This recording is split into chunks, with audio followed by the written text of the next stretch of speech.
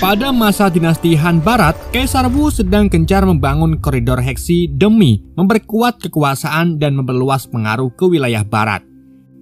Namun di balik pembangunan kerjasama itu, suku Xiongnu diam-diam menyusun rencana jahat.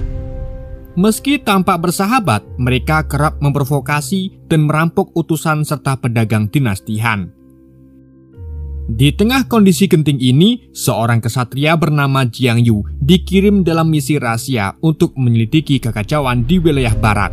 Dalam penyelidikannya, ia menemukan mayat pasukan dinasti Han berserakan di salah satu wilayah gurun. Karena hal itu, penyelidikan pun membawanya ke benteng Yumen di perbatasan Gengsu yang dijaga ketat oleh penjaga bernama Buan. Saat itu sekelompok pedagang memohon agar diberi kesempatan untuk masuk karena isu teror hantu di luar benteng. Namun Buan tetap berpegang pada aturan.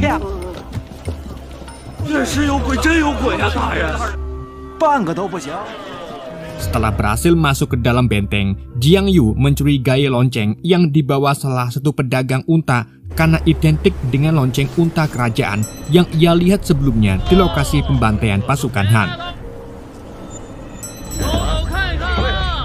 Dengan tegas, Jiang Yu pun menanyakan dari mana ia mendapatkannya. Hingga akhirnya, penyelidikan ini menuntunnya ke sebuah warteg tempat bandar judi cantik Baheno licik bernama Cici beroperasi. Demi mendapatkan informasi, Jiang Yu menyamar sebagai penjudi. Tapi usahanya gagal hingga ia harus menggunakan cara paksa. Belum sempat mendapatkan jawaban, tiba-tiba muncullah kekacauan. Seorang misterius menyerang Jenderal Zhang, komandan perbatasan yang sedang melakukan transaksi mencurigakan. Jiang Yu pun sigap menyelamatkan sang jenderal, sementara Cici memanfaatkan momen ini untuk kabur bersama kelompoknya.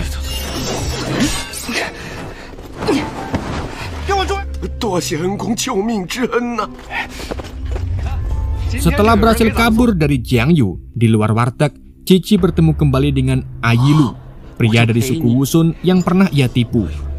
Ia pun memanfaatkannya lagi.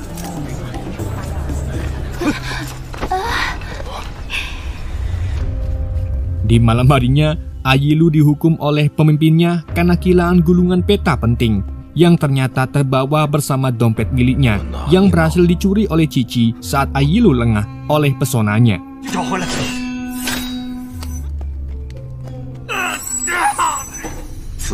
Malam harinya lagi, Jiang Yu dijamu oleh Jenderal Zhang. Mereka langsung membahas kabar tentang serangan misterius yang menghancurkan kain sutra milik Kekaisaran Han yang nantinya akan dijadikan sebagai upeti untuk bangsa Xiongnu. Jiang Yu membenarkan bahwa kabar itu telah sampai ke Chang'an, bahkan menyebar sebagai rumor hantu perbatasan. Jenderal Zhang menambahkan wilayah barat sebagai daerah terkutuk. Namun selama ia memimpin, belum pernah menemukan bukti nyata meski sering mengirim pasukan pengintai. Jiang Yu pun menunjukkan potongan tangan manusia sebagai bukti bahwa serangan itu bukanlah makhluk gaib, melainkan manusia bersenjata. Jenderal Zhang akhirnya sadar dan sepakat melakukan penyuntikan diam-diam.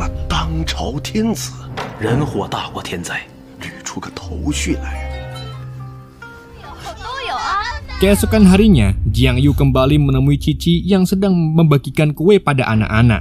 Dari situ Jiang Yu menyadari sisi kemanusiaan Cici, bahwa ia mencuri demi membantu orang-orang kecil. Saat ditanya soal unta kerajaan, Cici mengaku menemukannya di lokasi perampokan oleh sosok misterius yang diyakini sebagai hantu. Tapi belum sempat berbincang lebih jauh, Ayilu datang bersama dua anak buahnya untuk merebut kembali barang-barang miliknya. Cici ketakutan dan berlindung di belakang Jiang Yu, dan pertarungan pun terjadi. Saat Jiang Yu sibuk menghadapi dua penyerang, sementara Cici memanfaatkan hal ini untuk kabur lewat jendela menuju ke kelompokannya.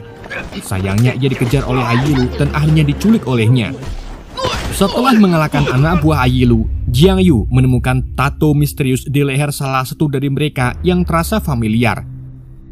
Sementara itu, Cici yang kini disekap dalam gua gelap bersama tawanan lain.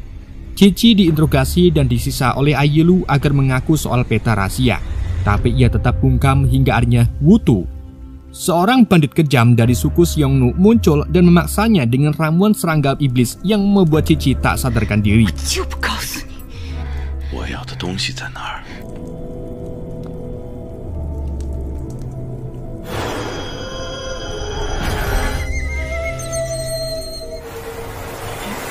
张大人可曾见过？ Di kediaman Jenderal Zhang, Jiang Yu menunjukkan tato misterius yang ia temukan. Zhang menduga pelakunya dari suku Xiongnu atau Wusun. Tapi setelah melihat pakaian mereka, ia yakin itu ulah orang Wusun. Namun Jiang Yu curiga, dua perampok sutra sebelumnya terasa terlalu rapi, seperti dirancang agar upeti ke Xiongnu gagal sampai tujuan. Sebelum diskusi berlanjut, tiba-tiba anak panah misterius menyerang mereka. Pelakunya ternyata sosok bertopeng yang sebelumnya muncul di warteg. Jiang Yu mengejarnya dan bertarung sengit dengannya. Hingga akhirnya sang penyerang mengungkapkan identitasnya. Dia adalah Miao Yi, anak dari Jenderal Li Sheng yang dulu dihukum mati karena dianggap berkhianat. Tapi Miao Yi membela ayahnya dan menuduh Jenderal Sheng sebagai dalang di balik semua ini. Ia bahkan menyaksikan langsung transaksi pengkhianatan di warteg kemarin. Saat Zhang menyerahkan peta rahasia dinasti Han kepada Ailu, anak buah Wutu dari Xiongnu. Tujuannya adalah menyabotase upeti untuk memperkaya pihak Xiongnu. Jiang Yu sempat ragu, namun malam itu ia melihat sendiri orang-orang Xiongnu bebas keluar masuk perbatasan.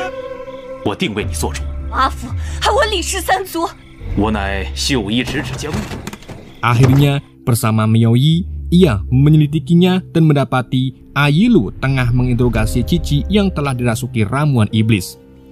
Di bawah pengaruh ramuan, Cici mengungkapkan bahwa peta rahasia terbawa seorang anak kecil.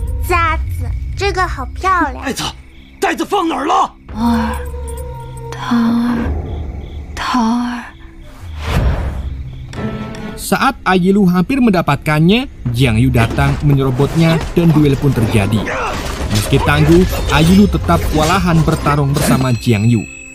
Ia akhirnya meniup mantra untuk mengaktifkan ramuan serangga hantu di tubuh Cici, hingga membuat Cici tak terkendali. Untungnya Miao Yi berhasil menetralisir efeknya tepat waktu. Dan berkat keahliannya, Ailu akhirnya berhasil dikalahkan.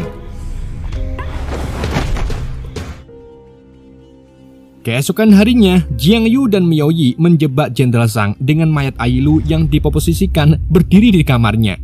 Saat bangun bobo, Jenderal Zhang kaget mendapati Ailu masuk kamarnya tanpa izin. Zhang yang tak menyadari itu mayat justru mengajak Ailu mengobrol dan membongkar rencana jahatnya bersama Wutu.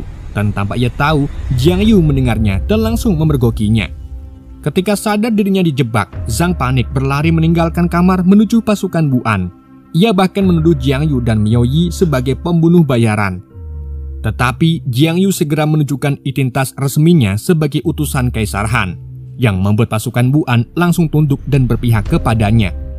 Tak punya jalan keluar, Zhang pun memohon ampun, namun kesalahannya sangat fatal dan tetap harus dijatuhi hukuman mati.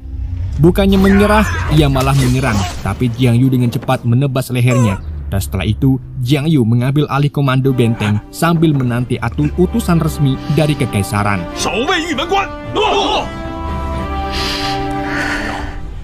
Sementara itu di kamar Cici, ia dirawat oleh keempat temannya sementara Miao Yi meracik ramuan penawar untuk menetralisir racunnya. Setelah sadar, Cici bersikeras ingin membalas dendam pada Wutu, bandit kejam dari suku Xiongnu yang pernah membantai desanya dan membunuh kedua orang tuanya. Ia juga menceritakan bahwa saat disandra, ia melihat banyak rakyat kekaisaran Han yang diracuni racun serangga hantu. Mendengar itu, Jiang Yu pun langsung mengajak Miao Yi mencari bermarkas Wutu dengan cara menutup mata dan mengikuti ingatan Cici melalui suara.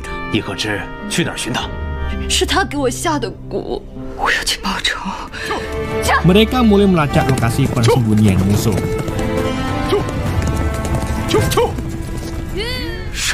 Di waktu yang sama, Wutu terkejut saat menerima kabar dari anak buahnya bahwa Ailu telah tewas dan Jenderal Zhang juga sudah dihukum mati oleh Jiang Yu. Kini Jiang Yu pun mengambil alih gerbang Yumen sepenuhnya. Di sisi lain, Jiang Yu dan tim tiba di penginapan Yanze, tempat asal Ailu. Cici hampir kehilangan kendali karena emosinya, tapi Jiang Yu menenangkannya untuk mengatur rencana. Mereka akhirnya menyamar dan mulai menyelidiki. Hasilnya, mereka menemukan ruang bawah tanah markas rahasia Wutu berisi para tawanan Han yang telah diracuni. Di dalam gua tersebut, mereka berdua menelusurinya Hingga mereka hampir ketahuan, Jiang Yu pun spontan menarik dan memeluk Cici.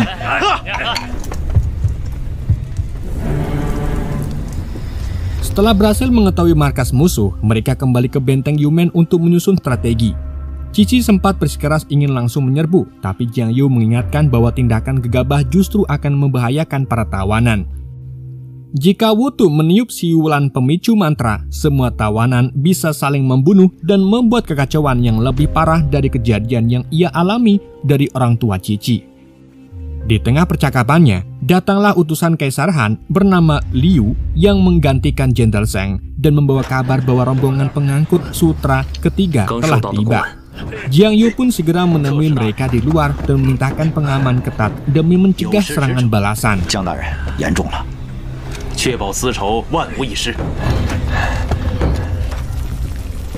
Di hari berikutnya, Cici dan Miaoyi membantu di dapur meracik ramuan penawar. Saat Jiang Yu datang, Cici yang mulai jatuh cinta padanya meminta maaf atas sikap kasarnya tadi malam. Jiang Yu lalu mengajak Miaoyi berbicara empat mata dan mengungkapkan rahasia penting bahwa 2 bulan lalu ia sudah berjanji menikahi kekasihnya yang bernama Sujun, pemimpin pabrik sutra desa Sikuen, setelah misi ini selesai. Karena risiko misi yang tinggi, ia pun menitipkan ikat kepala emas milik Sujun kepada Miaoyi sebagai tanda hormat jika ia tak kembali dengan selamat.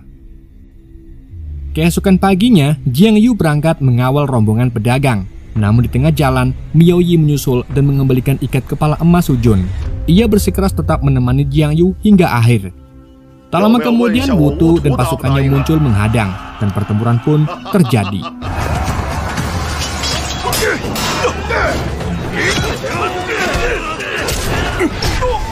Di tengah itu, ternyata Cici diam-diam menyelinap dalam salah satu peti barang dan langsung ikut bertarung terbakar oleh dendam masa lalu. Meski mereka bertiga bertarung mati-matian, jumlah musuh terlalu besar.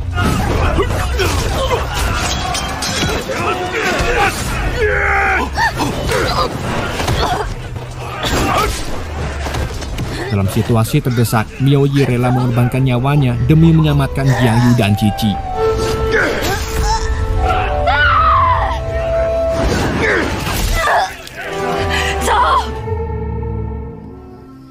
Setelah pertarungan selesai, Jiang Yu dan Cici berhasil kembali ke benteng Yumen dalam keadaan terluka parah.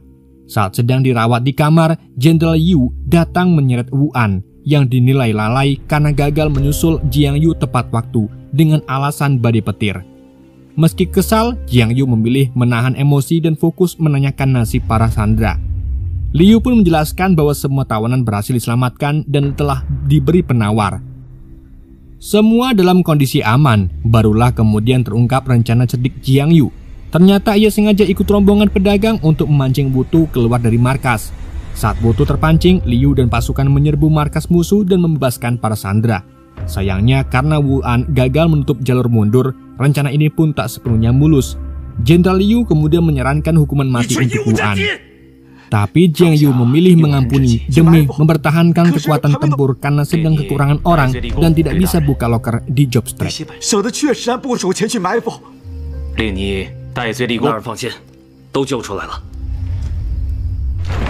Sementara itu di waktu yang sama, Wutu yang kembali ke markas dibuat murka. Semua anak buahnya telah tewas dan peti berharga yang mereka rebut ternyata hanyalah kosong.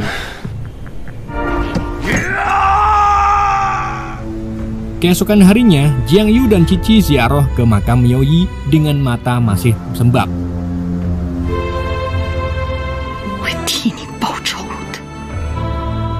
Belum sempat selesai tahlilan, Jenderal Yu tiba-tiba datang membawa surat resmi dari Kekaisaran Han. Isinya perintah untuk mengawal rombongan pengantin putri kekaisaran yang akan dinikahkan dengan pemimpin suku Wusun. Langkah ini adalah bagian dari strategi diplomatik kekaisaran untuk menekan kekuatan suku Xiongnu. Setelah semua kecurangan mereka terungkap, hal ini tentu saja akan membuat suku Xiongnu tak akan tinggal diam.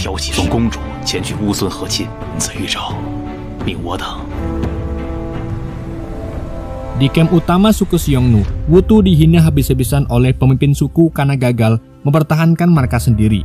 Saat situasi memanas, datanglah Jenderal Zhao, sosok misterius penuh ambisi yang membawa kabar pengkhianatan suku Wusun yang berencana melaksanakan pernikahan diplomatik dengan Kekaisaran Han. Pemimpin Xiongnu cemas karena jika itu terjadi, mereka akan terjepit dari dua arah.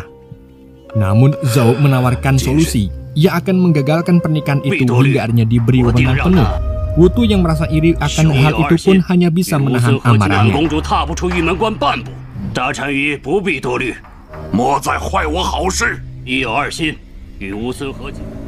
Di pagi harinya di benteng Yumen, saat rombongan pengantin bersiap berangkat, pasukan Jenderal Zhao tiba-tiba menyerbu.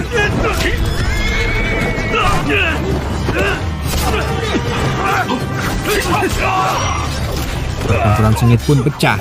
Jiang Yu dan Jenderal Liu mati-matian melindungi kereta kuda sang putri. Setelah pertarungan berdarah, akhirnya mereka berhasil menyelamatkannya. Tapi hati Jiang Yu terguncang, terkaget-kaget dan kecewa saat tahu sang putri adalah Su Jun. Setelah kejadian itu, di dalam ruangan Tuan Putri, Su Jun menjelaskan bahwa demi membantu kekesaran, warga desanya menyumbangkan kain sutra melalui dirinya. Hal ini membuatnya mendapat penghargaan dari Kekesaran Han. Ia diangkat jadi putri kekesaran. Kini tugas berat menantinya. Ia diharuskan menikah dengan orang Wusun demi kejayaan Kekesaran Han. Mereka berdua hanya bisa saling menatap, sadar bahwa cinta mereka harus menyerah pada takdir dan tanggung jawab kekesaran.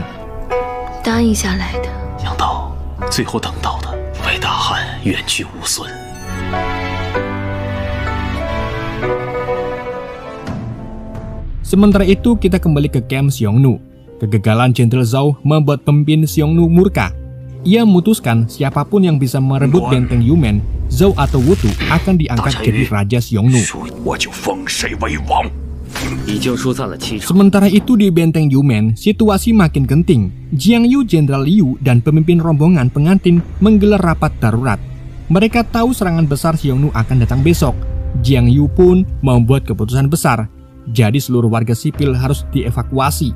Dan rombongan pengantin harus segera berangkat malam itu juga ke wilayah Wusun demi menjaga diplomasi kekaisaran. Ia terpaksa harus anjur melepas Su Jun dalam kegelapan malam. Namun, dalam sunyi dan luka itu, Cici datang mendekat. Ia menyemangati Jiang Yu dengan hangat dan berkata bahwa ia akan selalu ada untuknya.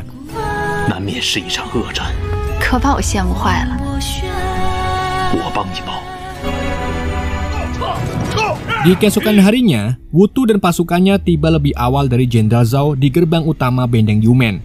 Mereka disambut oleh Wu'an yang memang dari awal mengikuti jejak Jenderal Zheng berkhianat kepada Kekesaran Han. Wu'an memang licik bersekongkol dengan Wutu.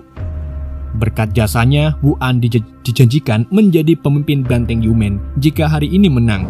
Ia berkata kepada Wutu bahwa benteng sudah kosong, hanya menyisakan pasukan yang loyal. Wutu yang sudah dibutakan oleh ambisi langsung masuk tanpa curiga. Tapi ia tidak sadar, semuanya adalah jebakan dari Jiang Yu. Jiang Yu memang sengaja memberi kepercayaan pada Wu'an agar rencana ini berjalan. Sekarang meskipun hanya memiliki sepertiga dari kekuatan awalnya, Jiang Yu yakin bahwa strategi dan semangat juang mereka cukup untuk mengimbangi lawan. Begitu Wutu masuk ke dalam benteng, gerbang ditutup rapat dan pasukan Jiang Yu yang tersisa langsung menyerbu dari segala arah. Dan pertempuran pun terjadi.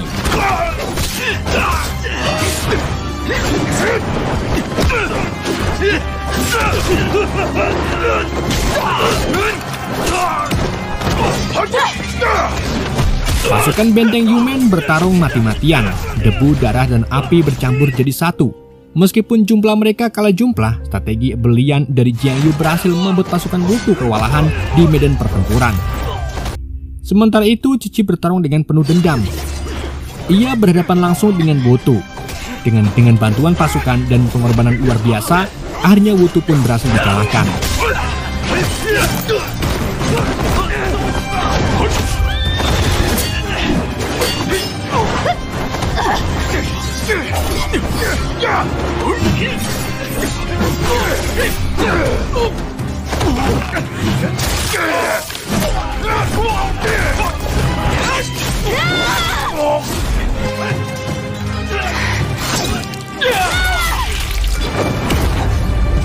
Singkat cerita, akhirnya benteng Yumen pun berhasil dipertahankan. Meski dengan banyak darah yang harus dibayar, kini Jiang Yu dianugerahi mencatatkan sejarah sebagai jenderal hebat yang berhasil menang perang walau dengan pasukan yang lebih sedikit. Beberapa hari kemudian, Sujun sang tuan putri duduk sendirian di dalam kereta kuda menuju ke pernikahan yang tak ingin ia lakukan. Kini ia pun bukan lagi wanita biasa, melainkan pion diplomatik kerajaan. Cintanya pun harus dikorbankan demi kejayaan kekaisaran. Sementara itu, di desa Sikuan yang damai, Cici kini hidup sebagai penjaga baru yang menggantikan peran Sujun di hati rakyat, bahkan mungkin di hati Jiang Yu. Meski luka lama belum benar-benar sembuh, setidaknya Cici tahu cinta sejati bukan soal memiliki, tapi soal keberanian untuk bertahan dan berkorban bersama. Film pun tamat, kata Kisut.